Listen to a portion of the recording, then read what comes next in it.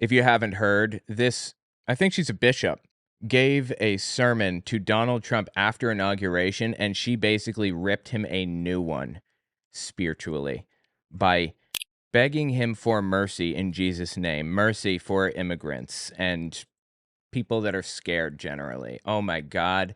Let's just listen. JD Vance's face, all of their faces in the background were priceless. Listen to what she said here.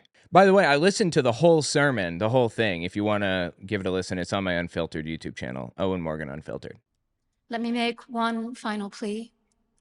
This is at the end of the sermon. Mr. President, millions have put their trust in you.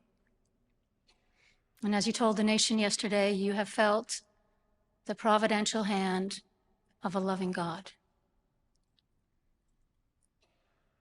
In the name of our God, I ask you to have mercy upon the people in our country who are scared now.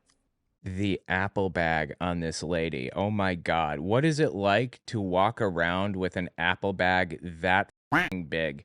How do you move your legs one after another with an apple bag that big, honestly? She's going to get so much hate, so many death threats and everything else from this. She's just teaching a message from Jesus, simply delivering a message from Jesus. And wouldn't you know it, she gets attacked relentlessly by Christian nationalist nutcases. There are gay, lesbian, and transgender children in Democratic, Republican, and independent families. I just love watching their faces on this. If you're listening on to the audio audience or whatever, I'm just going to have to describe the faces for you. God, JD Vance is just, he's miffed. He's so curmudgeonly right now. And Eric Trump, right to the left of Donald Trump, Eric Trump has that classically vacant, pissed off look, you know? And Don Jr., like, look, Tiffany Trump to the right of Melania, she keeps giving people the side eye. I don't know who she's looking at.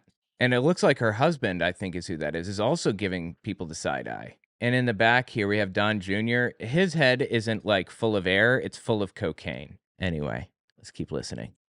In Democratic, Republican, and independent families, some who fear for their lives. And the people who pick our crops and clean our office buildings, who labor in poultry farms and meat packing plants, who wash the dishes after we eat in restaurants and work the night shifts in hospitals, they may not be citizens. Dude, I wish we had a lip reader on tap. I want to know what JD Vance just said to his wife. What did he just whisper? Oh, God. Can we speculate? What did he just whisper to his wife at this part? Just leave it in the comments. What do you think he just whispered? And if you are a lip reader, pretend you're not. Tell me what he said. We eat in restaurants and work the night shifts in hospitals. They may not be citizens or have the proper documentation. Trump looks bored. But the vast majority of immigrants are not criminals. Yeah, this was criticized heavily. Most of them are not criminals, and people say, well, they are illegals. By definition, they're criminals. That's not true. Crossing the border, to my knowledge, is a civil offense, like a speeding ticket, not a criminal offense. You're not an illegal whatever. It's just like fine territory. They're not criminals the same way that they're not criminals in the same way that you would think when you hear that word. And that's kind of the point for Trump and other, like, you know, Republicans, right-wing nutcases, to try to put in your head they're criminals. They're illegals. They're criminals. But they're not. They pay taxes and are good neighbors. They are faithful members of our churches and mosques. Additionally, she's not just talking about undocumented immigrants here. She specified they may not be documented, but they're not criminals. Synagogues, wadara, and temples. I ask you to have mercy, Mr. President, on those in our communities whose children fear that their parents will be taken away, and that you help those who are fleeing war zones and persecution in their own lands to find compassion and welcome here. Our God teaches us that we are to be merciful to the stranger. Yeah, but that's a pretty clear message in the Bible. I don't know how you avoid that or how you sidestep it. Oh, did he say that's bullshit? Is that what JD Vance said? Oh God. Okay. Well, if that's really what he said, then tell me what you wish that he said. That would have been even funnier than that. For we were all once strangers in this land. May God grant us the strength and courage to honor the dignity of every human being, to speak the truth to one another in love, and walk humbly with each other and our God for the good of all people in this nation and the world. Standard Christian message. Care for everybody. Amen.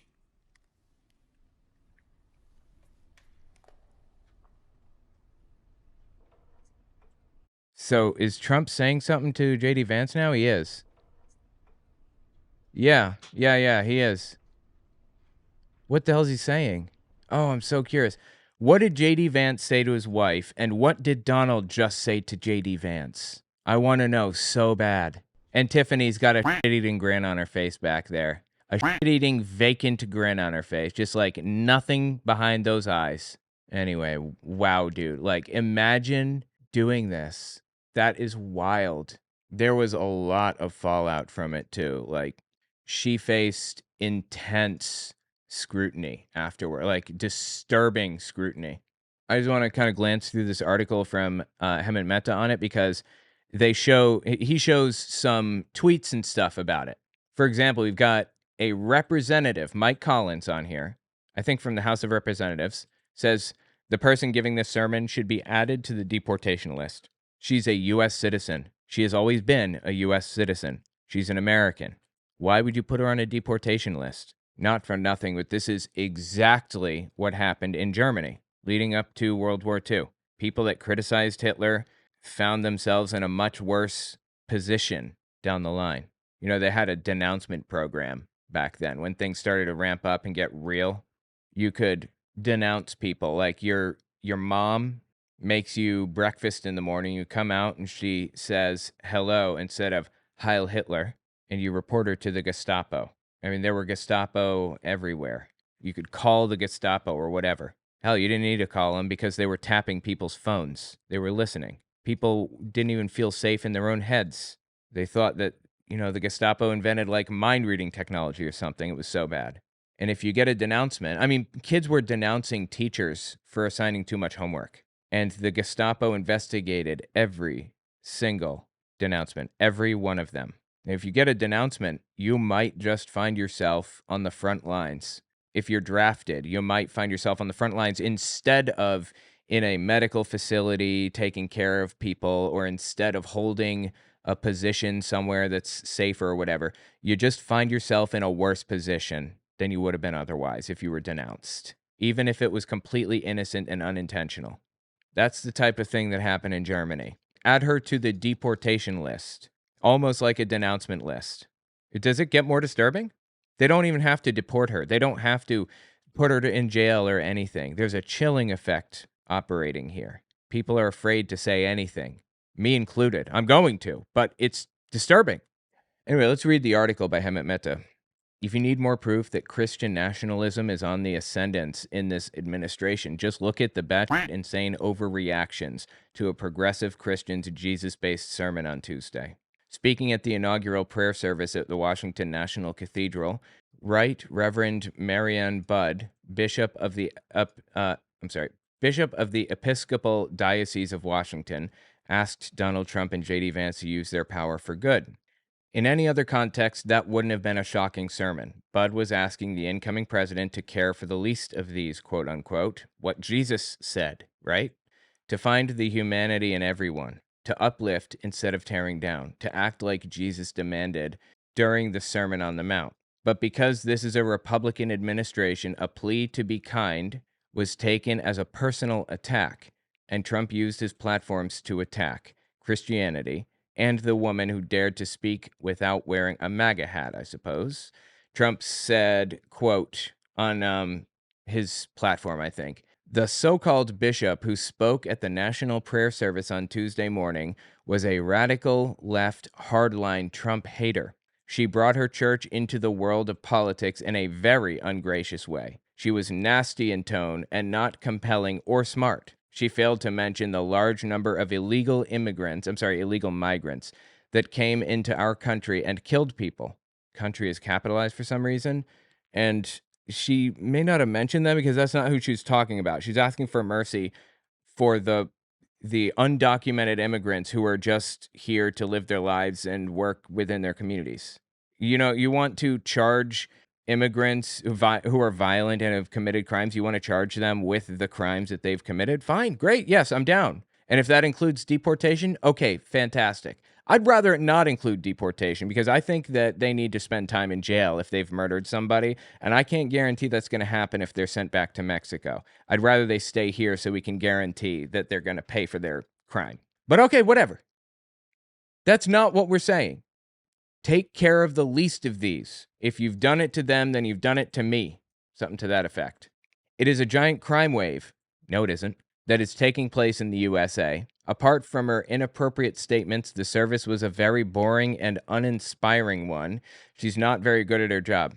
I can't believe that Trump would say something like a sermon was boring and uninspiring, no matter who it was coming from. It was a message from God, and you're calling it boring and uninspiring?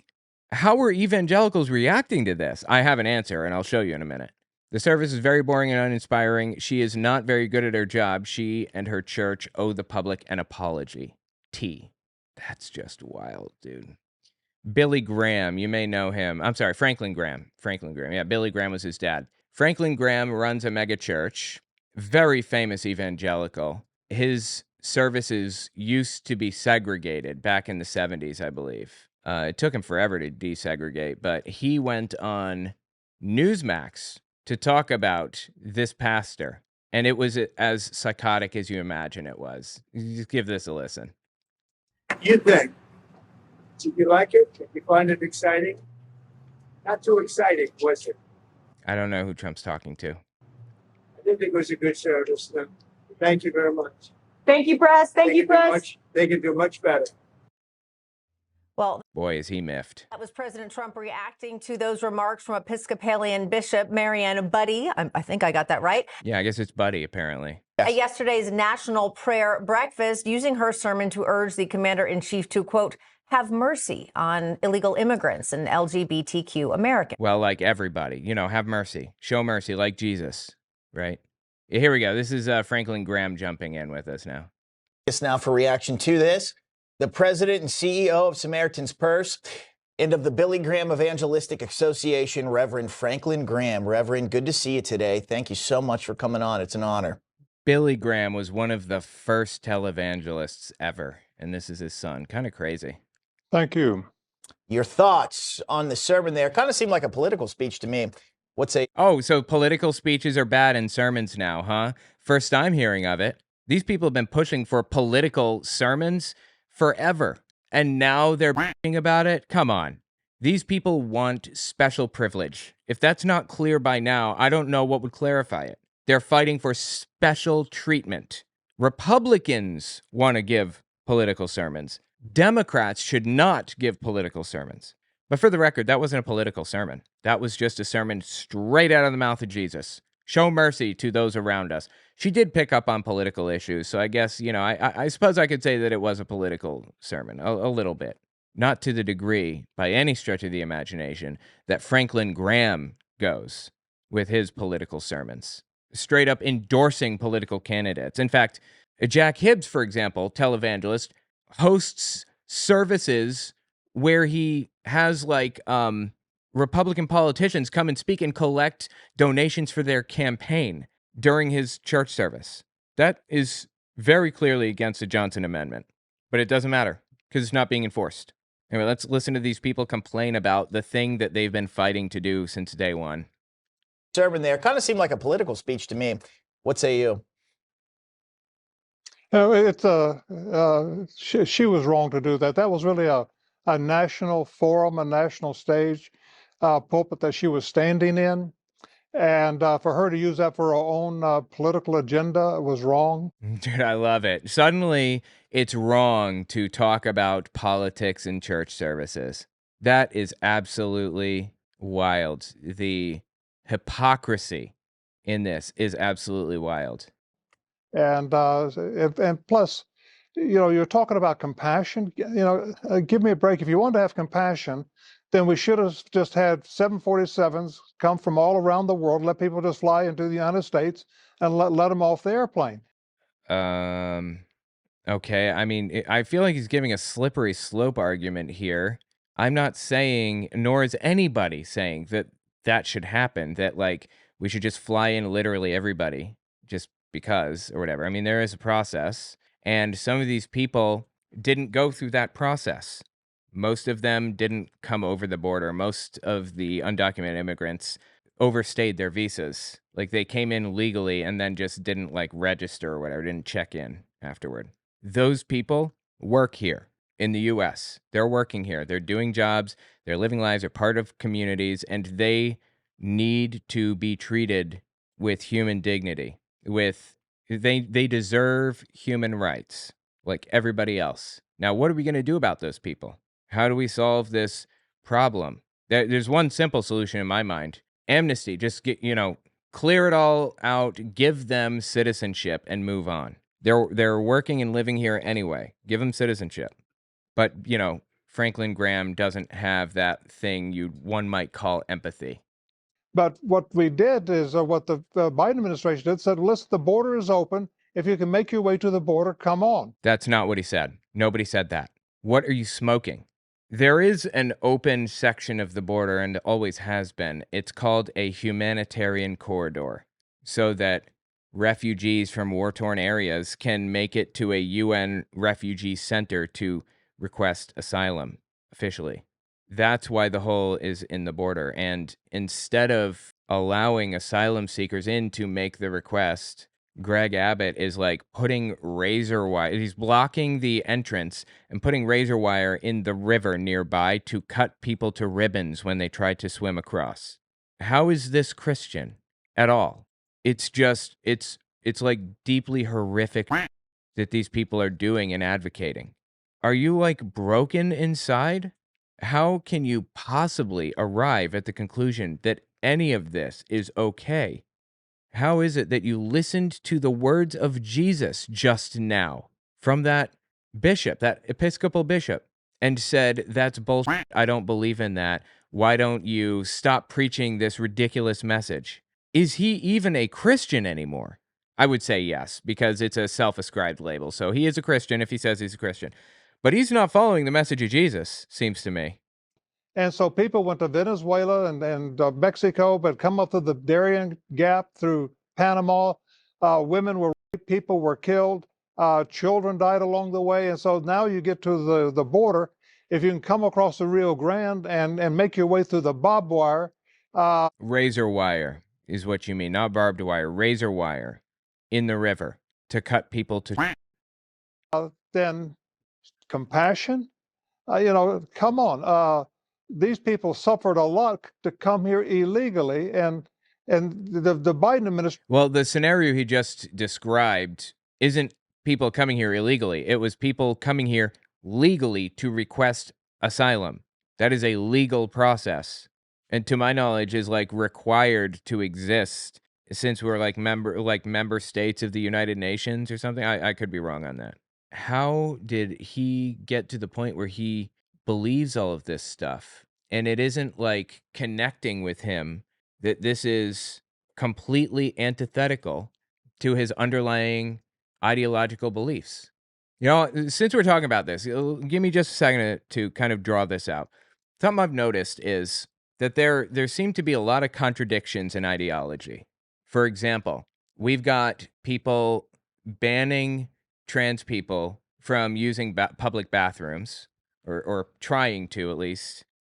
Christian pastors and House members, but trying to pass a new rules package and all this stuff to ban trans people from using the bathroom that matches their gender to save the children. But they didn't care about those children being saved when the Catholic Church was moving priests from parish to parish or whatever to protect them from prosecution. Where was all of that moral outrage then? Where is it now to protect children from the Catholic priests? There's a contradiction. They never cared about the children. You have to go one level higher to see what the root of it is. They say cancel culture is evil, but then they censor speech that they don't like. They're trying to cancel this pastor here, this bishop. They're trying to cancel Budde. Is this not cancel culture? I thought cancel culture was evil. You have to take one step up to understand what their real beliefs are, because they're not telling us. There's a contradiction. There isn't a contradiction in their heads. So what is it? What would they have to believe to make this morally consistent in their heads? For the trans bathroom bills, it's not protecting children. For this to be morally consistent in their heads, it would have to be they fucking hate trans people. For this to be morally consistent, it wouldn't be cancel culture is evil. It would be, I don't like what these people are saying, so I'm going to cancel them. I'm going to try to prevent them from saying it and bitch about it until I'm blue in the face when they don't like what I say. What about being in favor of states' rights, quote unquote, when they want a federal abortion ban? What about that one? I mean, that's a dog whistle, obviously, being in favor of states' rights. It's a dog whistle that's been used since forever to justify slavery originally. But what happened to states' rights? They never cared about states' rights. It wasn't about that. You have to go one level higher. Why are they doing this? What would make it morally consistent? What about Donald Trump passing an executive order to make it legal to go into churches to get immigrants, go into churches and schools to get immigrants, to deport them? Suddenly they're A-okay with people invading churches, with law enforcement invading churches and carrying churchgoers out in handcuffs. They never gave a shit about that. One level higher. I read the Turner Diaries a while back. I did a whole video on it. It's considered the world's most dangerous book. It's pretty interesting. It's kind of, basically it works you up into justifying a full-blown Holocaust against people that they don't like black people, basically. It's kind of psychotic. Anyway, in the Turner Diaries, I remember it's kind of written from like a first person, like it's like a diary entry type of deal.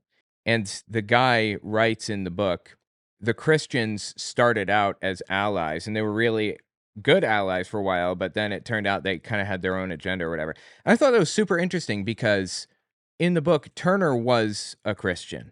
So why was he kind of separating himself from the Christians as a bloc? And I came to realize that the reason he did that is because he's holding two ideologies simultaneously, which I suppose a lot of us probably do to some degree. I mean, I don't think I have any ideologies exactly, but, you know, two moral frameworks. They're holding two moral frameworks at the same time, and one supersedes the other.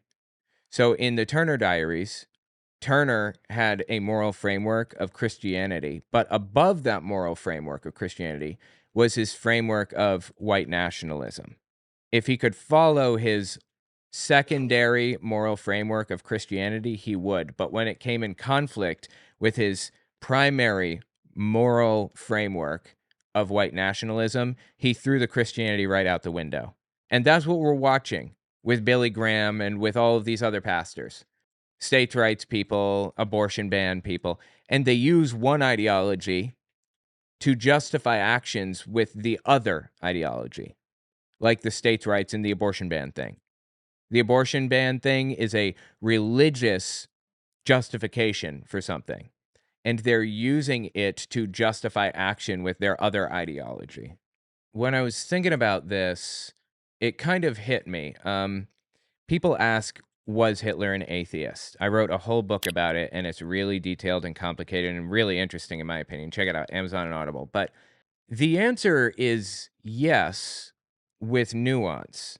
Hitler was a Christian as a secondary ideology, and an Aryan nationalist, a white nationalist, I guess, as a primary ideology.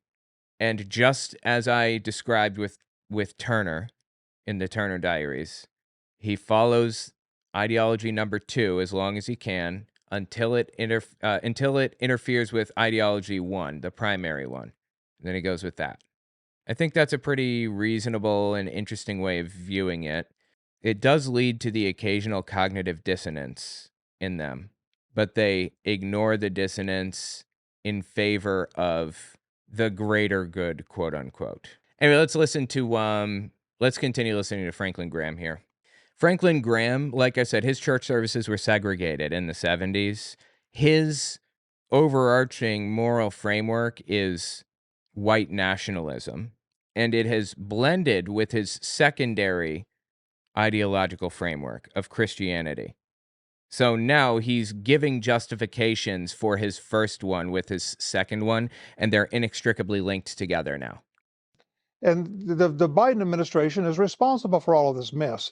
But the people need to go back and come in legally.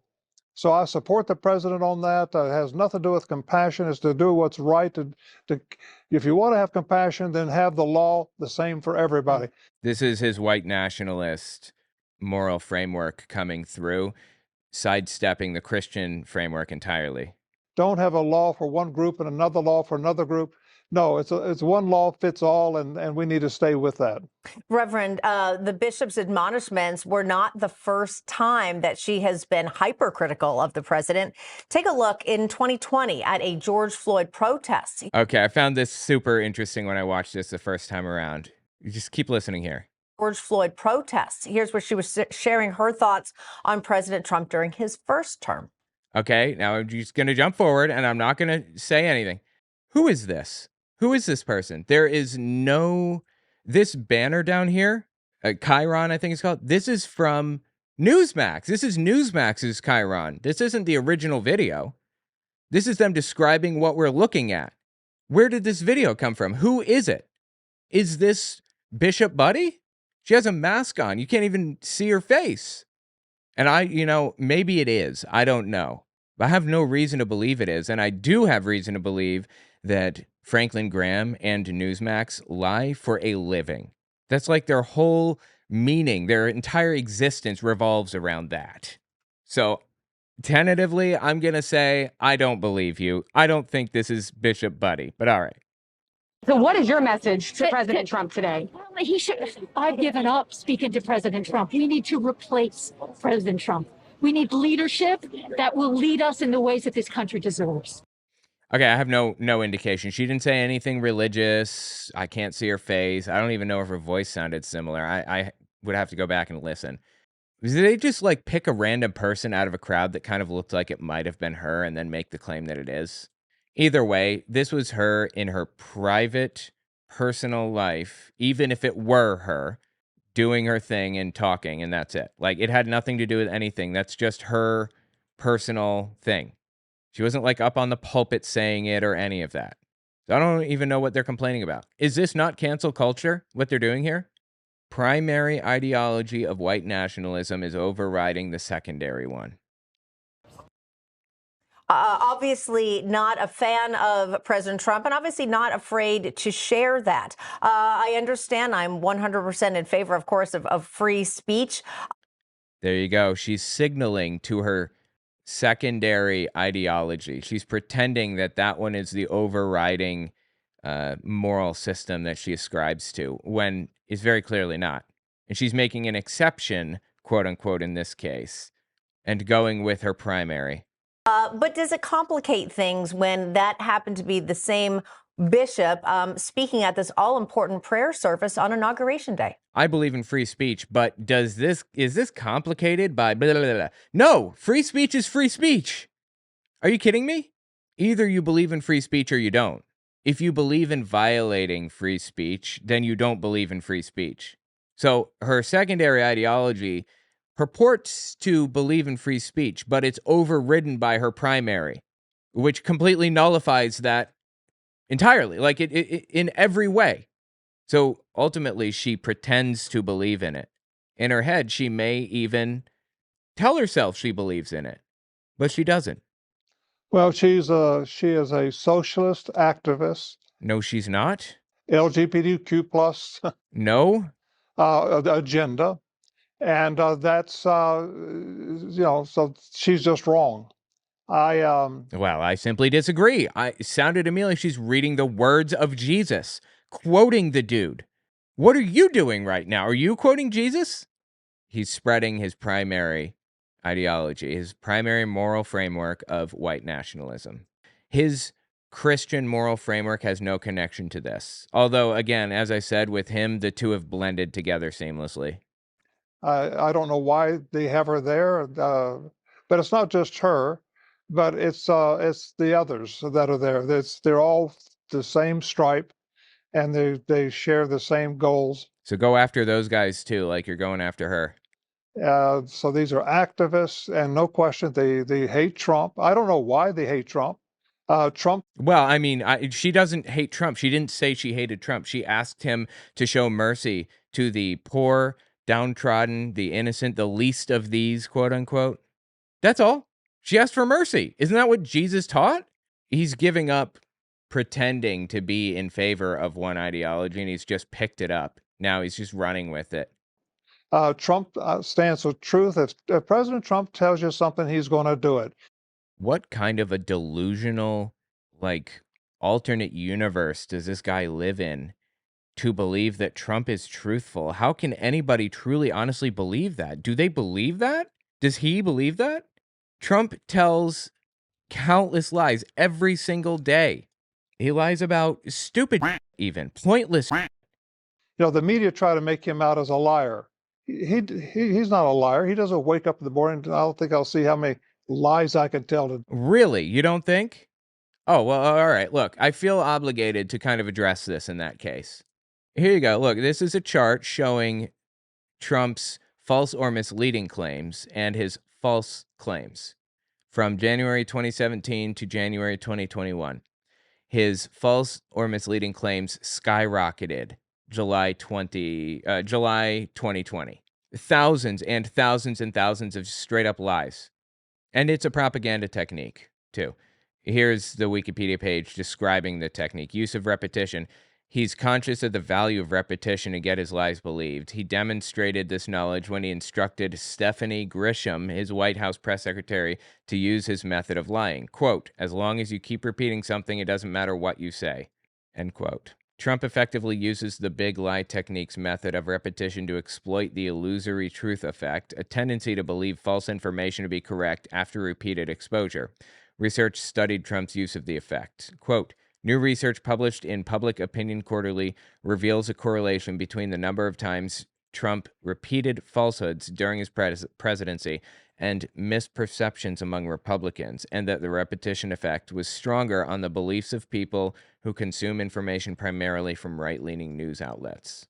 Here you go. In 4 years, Trump made 34,000 false or misleading claims. 30,573. I just want to take a look at a few of them. We just got 75 million votes, and that's a record in history of the history of sitting presidents. When counting was finished, Trump had 74 million votes, not 75 million, as he often claims. But Biden earned more than 81 million. That's a margin of 4.5 percentage points. Biden's margin in the popular vote is larger than Barack Obama's victory in 2012 and George W. Bush's victory in 2004. Trump ignores the fact that more Americans voted in the 2020 election, 2/3 of the voting eligible population, than in any other in 120 years.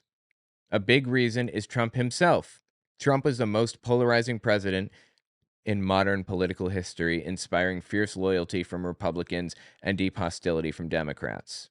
That's just like one set of lies that he tells constantly, repeated 19 times. Let's look at a couple more. What we've done has been amazing by any standard. We rebuilt the United States military. Trump often falsely claims he's totally rebuilt the U.S. military. The military budget had declined in recent years as a result of decreases in funding for overseas contingency operations as both the wars in Iraq and Afghanistan came to a close, not because it's been gravely depleted. Trump frequently says his military budgets are the biggest in history, but adjusted for inflation, his administration's budgets lagged some years during the height of the wars in Iraq and Afghanistan. The biggest defense budget was in 2010, and in inflation-adjusted dollars, it is nearly 10% larger than Trump's 2020 budget. It's just lies. They're lies. They're all lies. We passed the largest package of tax cuts and reforms in American history, repeated 296 times. Trump's tax cuts amount to nearly 0.9% of the gross domestic product, meaning it's far smaller than President Ronald Reagan's tax cut in 1981, which is 2.89% of GDP. Trump's tax cut is the 8th largest tax cut, and even smaller than 2 tax cuts passed under Barack Obama. Trump's tax cut was heavily tilted toward the wealthy and corporations. He lies constantly. It's like nonstop. And these aren't like little lies. These aren't things he could be mistaken about. No, these are straight up fabrications. He knows better. The Abraham Accords opened the doors to a future of peace and harmony, not violence and bloodshed. He knew better. This is where he says, I got peace in the Middle East. No, he didn't. He says the Abraham Accords was his method of getting peace in the Middle East. Just for a record, the Abraham Accords, I believe, are where they got the UAE to the United Arab Emirates, it's a country in the region, to openly trade with Israel. They were one of the first to agree to openly trade with Israel, and that's shot to since Israel is committing a genocide. It was getting a foot in the door, hopefully adding more people to trade with Israel. But, you know, Israel keeps committing ethnic cleansing and stuff, so it was never peace in the Middle East. It would never have amounted to peace in the Middle East, and he knows better. It's a lie. Here's the fact checker.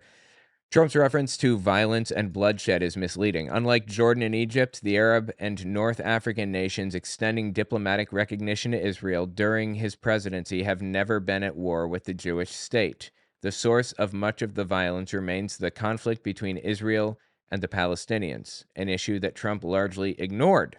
Helping win diplomatic recognition for Israel from Arab states is certainly a noteworthy achievement. I believe that was Jared Kushner's brainchild. Trump sometimes adds that the deals came with no cost. In reality, the Trump administration made a number of deals to coax Middle Eastern and North African leaders into recognizing Israel, such as weapons sales and upending U.S. policy toward the Western Sahara region claimed by Morocco. Just yet another lie that he tells. He tells lies constantly. I can't sit here for 3 hours and read all of them. It'd take me longer than that, honestly. But you get the idea. Franklin Graham is lying. Trump tells you something, he's going to do it. You know, the media try to make him out as a liar.